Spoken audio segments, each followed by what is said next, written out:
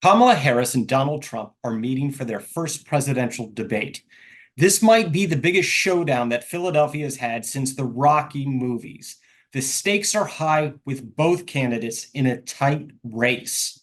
What this really means is that Harris wants to show that she can do the job of the presidency and define herself, whereas Trump wants to define her and remind voters of why they put him in the White House in the first place. What are the candidates hoping to accomplish? Well, Harris sees a chance to not only lay out her policies, but a chance to rattle Trump, and in doing so, present herself as being more worthy of the office. Trump wants to portray Harris as too liberal to enjoy a broad coalition. We've seen a willingness by him to attack her frequently. Now, adding additional tension to this moment is that in recent events, Trump has shown a tendency to meander, and one of the open questions is whether he can stay focused on Harris or whether he's going to go into an array of personal and other issues.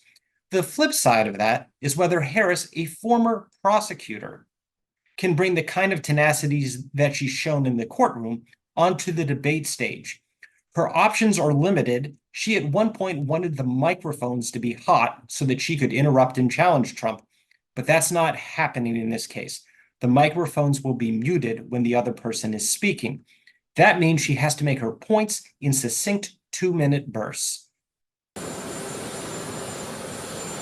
Madam Vice President, will killing the steel deal cost jobs in Western Pennsylvania? By the way, I love Gen Z. I just love Gen Z. Right? The Manhattan DA witch hunt against me has been postponed because everyone realizes that there was no case because I did nothing wrong. It's a witch hunt. It's an attack by my political opponents in Washington, D.C.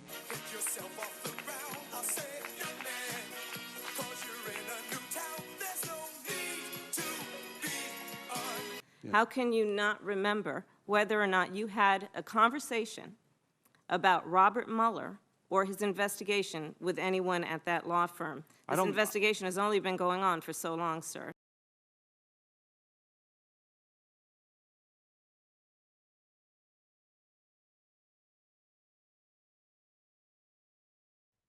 What matters in this debate isn't only going to be what the candidates say, but how they say it and how they look.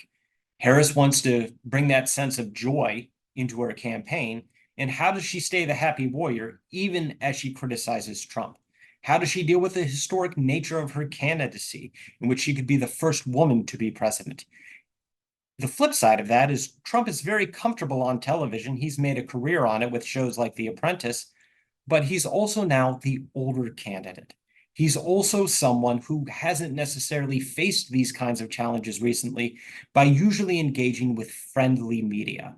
In this case, he's going to face the kinds of questions that he has not faced during the campaign so far.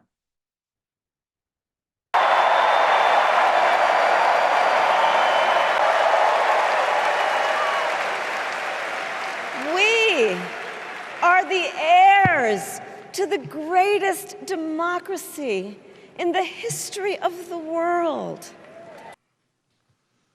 Well, thank you very much. Appreciate your being here. Just a statement before I talk about debates. Minor compared to the growth. We're going to make our money back on growth. We're going to also, we're going to grow like nobody's ever grown before. But he endorsed Kamala. I have a feeling. I don't know.